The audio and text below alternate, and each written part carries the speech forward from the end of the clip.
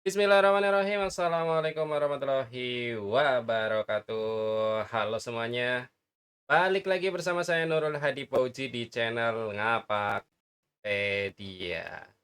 Oke, teman-teman. Jadi mari kita mulai membahas tentang e-ijazah untuk SD dan SMP ya. Jadi di channel Ngapakpedia itu sudah ada playlist e-ijazah 2026, tapi video ini saya proses untuk tingkat SMA, SMK dan ternyata banyak yang nanya, "Untuk SD, SMP gimana, Bang? Kapan, Bang?" Gitu ya. Jadi, mari kita bahas ya, teman-teman. Jadi, pembahasan tentang e-ijazah SD, SMP sederajat. Ini sengaja saya bagi dua, atas bawah. Atas itu untuk petunjuk, nanti yang bawah ini untuk prosedurnya nanti saya tunjukkan ya. Jadi, e-ijazah itu kita kan seperti biasa login mengurusnya di web e-ijazah ya. Jadi ini saya tunjukkan dulu, kita login ke e-ijazah, kalau munculnya portal ya kita login aja, pilih yang manajemen ijazah. Nah, di sini silakan login menggunakan akun SSO kalian lah ya, seperti biasa ya, akun Dapodik ya. Nah, ini kita klik masuk, agak lelet, saya pause dulu sampai masuk. Oke, kita lanjut teman-teman. Jadi di sini saya sudah berhasil login. Nah, ini jelas banget ketika kalian pertama login itu sudah ada notifikasi ya bahwa pengelolaan ijazah tahun 2026 bagi satuan pendidikan jenjang pendidikan dasar dimulai 2 Juni. Jadi untuk SD SMP itu memang dimulainya tanggal 2 Juni, teman-teman. Oke. Nah, untuk selanjutnya ada yang perlu disiapkan sebelum 2 Juni itu kita harus ngapain? Kita close dulu. Jadi, sebelum 2 Juni ini saya turunkan. Nah, sebelum 2 Juni itu pertama memastikan data siswa akhir di Verval PD itu valid. Jadi siswa-siswa yang mau lulus itu pastikan di Verval PD-nya itu tidak masuk residu apapun dan quality control-nya wajib 100% ya. Jadi quality control wajib 100%. Kemudian yang kedua adalah siswa melakukan konfirmasi data di e-ijazah. Jadi yang baru di tahun ini adalah bahwa siswa itu harus melakukan konfirmasi data ijazah. Ini video panduannya juga sudah ada. Judul videonya ini ya, cara konfirmasi data ijazah oleh siswa atau orang tua wajib. Ya, ini wajib dilakukan. Nah, untuk itu nanti kita bisa cek cara konfirmasinya gimana, yang sudah konfirmasi seperti apa, itu bisa kita lihat. Di video ini sudah saya jelaskan ya cara konfirmasi. Jadi ini kalau sudah valid kita konfirmasi. Kemudian yang selanjutnya adalah menyiapkan draft SK penetapan kelulusan. Nah, ini saya juga sudah punya SK penetapan kelulusan, sebentar saya buka. Kita lanjut, ini saya sudah buka contoh SK penetapan kelulusan saya teman-teman, karena untuk Provinsi Jawa Tengah tingkat SMK itu ada contohnya dari dinas ya. Ini jadi depannya itu ada ketentuan dari dinas, kalau yang belakangnya itu dari sekolah. Nah, ini ada yang full dari sekolah juga ada, tapi karena di daerah saya ada ketentuan dari dinas untuk depannya kasih nomor SK penetapannya seperti ini, maka kita ikuti ya. Ini surat edarannya juga sudah ada, sudah saya buka. Ini surat edaran tentang pengumuman kelulusan ya. Jadi SKL-nya itu ada contohnya di sini ya. Nah, ini contohnya nih untuk SMA SMK. Nah, di sini ada depannya, sudah minta depannya begini. Kalau di provinsi lain atau kabupaten lain silakan koordinasi dengan dinas.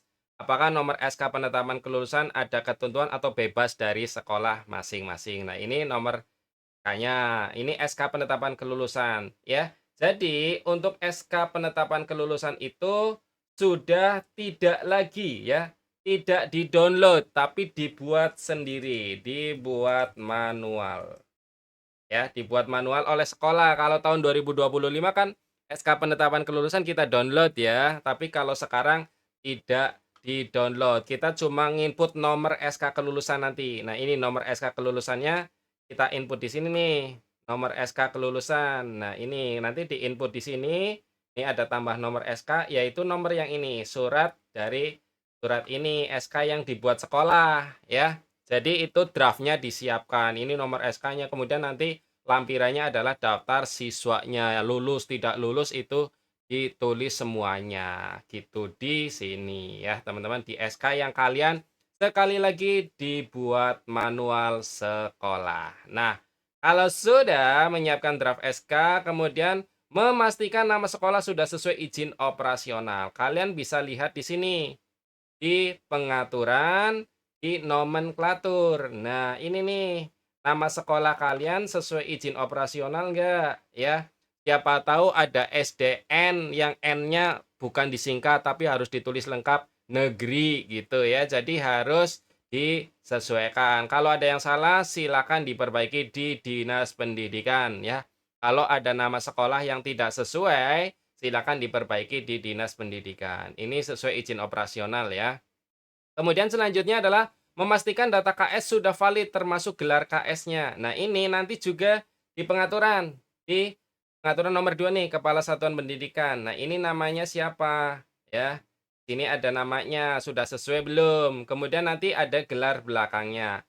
Ini gelar belakang juga diisi kalau sudah apa namanya, sudah bisa mengisi di web KS-nya ya, di web e-Ijazah ya. Karena nanti ada tanggalnya ya, ada tanggal pengisiannya. Kalau saat ini untuk SD, SMP belum bisa ya, untuk perbaikan ini ada waktunya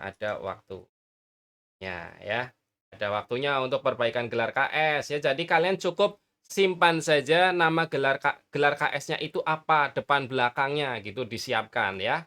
Kemudian yang selanjutnya adalah menyiapkan file foto peserta didik yang lulus. Kenapa?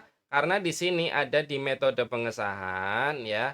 Itu sekarang ada kita harus milih nanti apakah menggunakan foto digital atau fotonya ditempel. Mau ditempel atau digital berarti kan kalian tetap harus menyiapkan foto peserta didik yang lulus ya, teman-teman. Jadi silakan mau ditempel di ijazahnya atau langsung diupload di webnya. Nanti lebih detailnya bisa lihat tutorial Ngapakpedia ya. Ini sementara kalian tahu dulu alurnya. Setelah menyiapkan file peserta didik, kalian koordinasi KS tentang ijazahnya.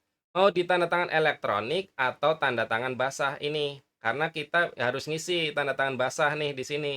Ya, metode pengesahan diisi ya, mau tanda tangan basah atau tanda tangan elektronik. Ini koordinasi dulu ya, belum bisa ngisi.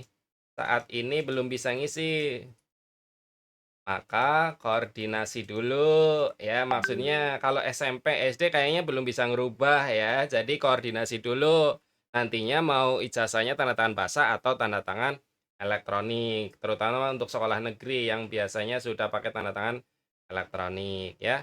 Kemudian yang lainnya sudah persiapan lain yang memang diperlukan sekolah masing-masing yang mungkin berbeda tiap sekolah ya. Kalau yang umum ya itu saja, sebelum 2 Juni berarti disiapkan ini poin-poin pentingnya ya. Jadi saya perbesar aja. Nah, ini sebelum 2 Juni adalah memastikan data siswa akhir sudah valid, siswa melakukan konfirmasi data di e-Ijazah, tutorialnya sudah ada, kemudian menyiapkan draft SK penetapan kelulusan ya, dibuat sekolah, kemudian memastikan nama sekolah sudah sesuai izin operasional, kalau belum berarti segera ajukan perbaikan ke dinas, memastikan data KS sudah valid, kemudian gelar KS-nya ditanyakan, gelarnya itu apa gitu ya. Kemudian ini untuk ngedit, kalau ngedit gelar KS itu nanti di tanggal 2 ke atas. Kemudian menyiapkan file foto peserta didik yang lulus, kemudian koordinasi KS tentang ijazahnya mau ditandatangan elektronik atau tanda tangan basah, dan selanjutnya adalah persiapan lain yang diperlukan. Itu aja. Ya, jadi sementara sebelum 2 Juni kalian fokus ke sini.